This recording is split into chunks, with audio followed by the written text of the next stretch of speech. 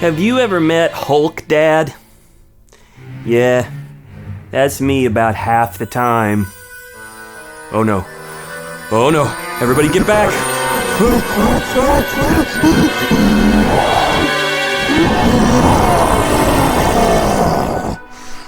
We'll talk about it right after this.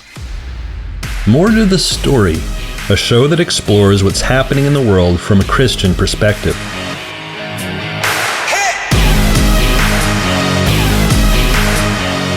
Subscribe on the platform where you're enjoying the show, or go to freegrace.in to subscribe for email notifications of our releases.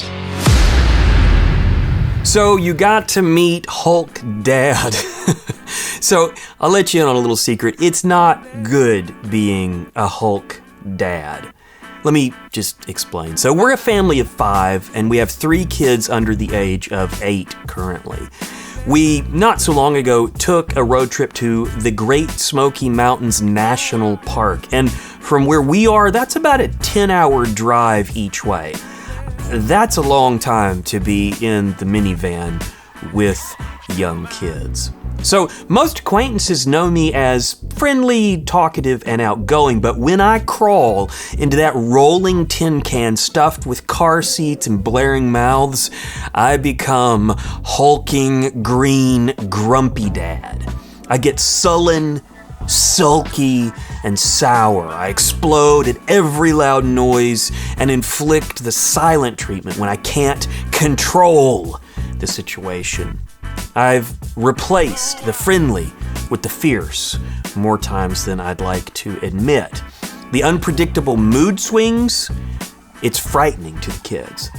Now, when we were nearing the end of the trip, which I thought had been a pretty good trip, we stopped at a Mexican food restaurant about an hour from our home. As we sat outside, our stomachs were full and we were really ready to be back to Longview. And I had a minute to talk to my then 6-year-old daughter. And for some reason, because I thought it would go well, I asked her this question. I said, "What is your least favorite thing about Daddy? Maybe I can work on it." I love everything about you. But then she seemed to realize that it wasn't entirely true. I saw hesitation on her face, so I questioned her. "Really? I want to know, honey." I don't like it when you get mad and yell at me.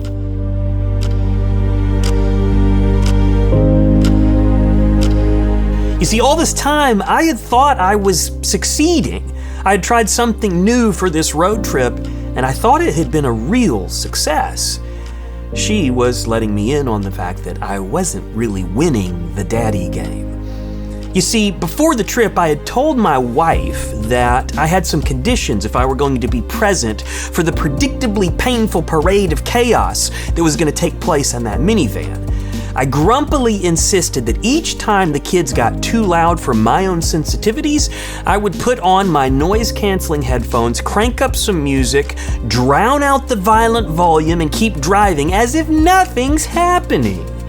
I knew it would amount to abandoning my wife to deal with the carnivorous kids in the back of the car, but I thought it might be better to disengage than to get green again and again.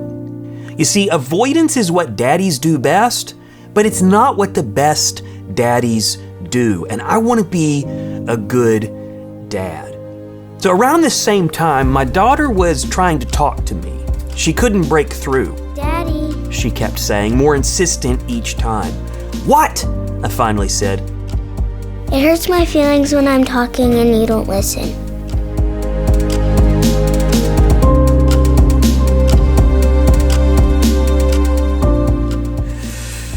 Oh, yikes. Maybe the headphones aren't a good idea.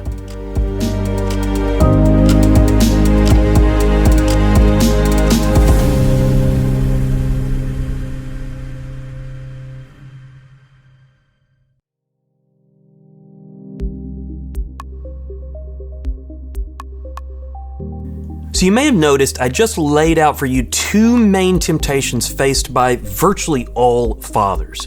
Number 1, angry outbursts. Think Hulk smash. And number 2 is withdrawal, which is basically what Hulk does after he smashes. He disappears, sometimes for multiple movies. When he's not smashing, he's trying to disappear so that he won't smash. And that's a pretty good analogy for what I'm tempted to do as a father. So angry outbursts and withdrawal. Every father's main two temptations, in my opinion.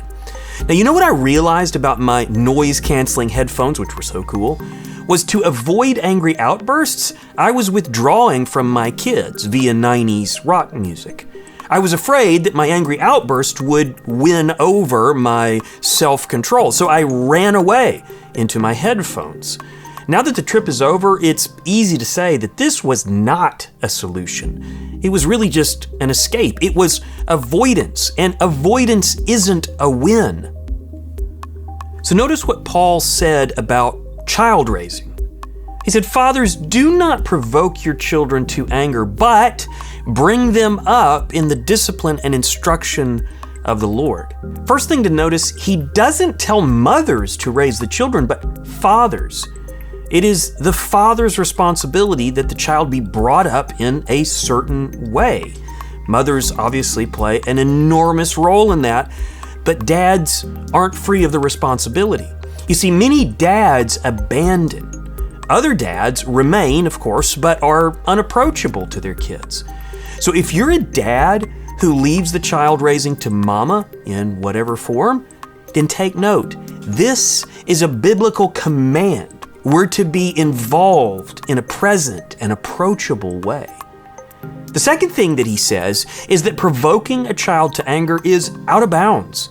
Now, in my opinion, the best way to provoke a kid to anger is to show them anger, get mad at them, have outbursts at them, and they'll reflect that like a mirror. A second way to provoke a child to anger is to ignore or to abandon them. So we have to fight this temptation to avoid or explode. As a dad, I want to explode or avoid these situations, but we've got to win this battle. Our kids' entire lives rest on our ability to do this well.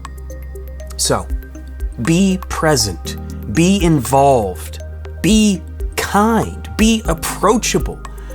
We do all this while balancing these characteristics and the instruction that our children need.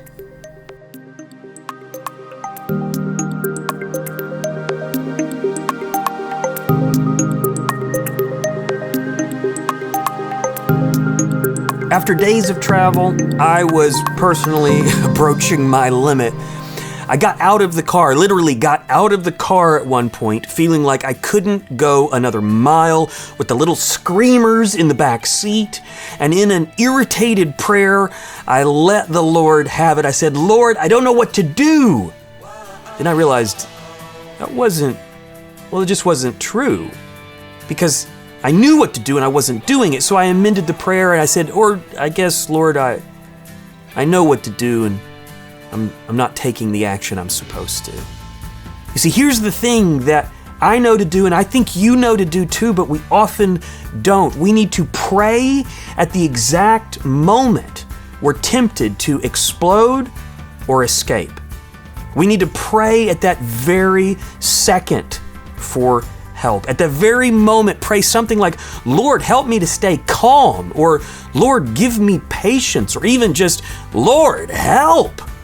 The magic of this little tactic is, well, it's really amazing. You see, it refocuses you, bringing your mind back to a mind of godliness. This helpful habit draws on God's promise to give us peace that surpasses understanding when we set our minds in the right place. I mean, wouldn't a dose of unimaginable peace help you happily stick with your kids? Prayer brings your mind to God.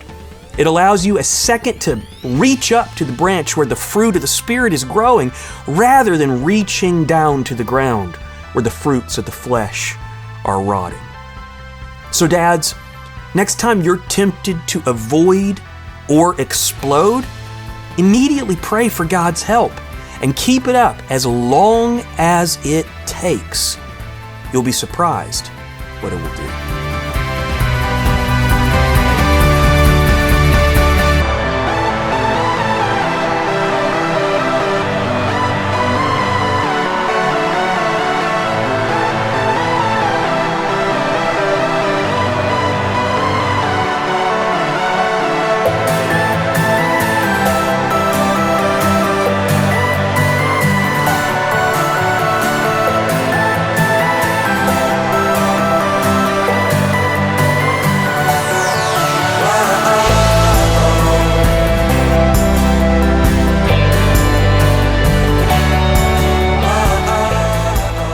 Now, I want to remind you that you can go to freegrace.in and see our other streams of content. We've got a great podcast for kids. Dads, it'd be a great thing for you to listen to with your kids. It'd be a fun activity. We also have other podcasts and videos to help you grow and learn. You can get subscribed to all of that and more at freegrace.in. Thanks for watching. I'll be back with you soon.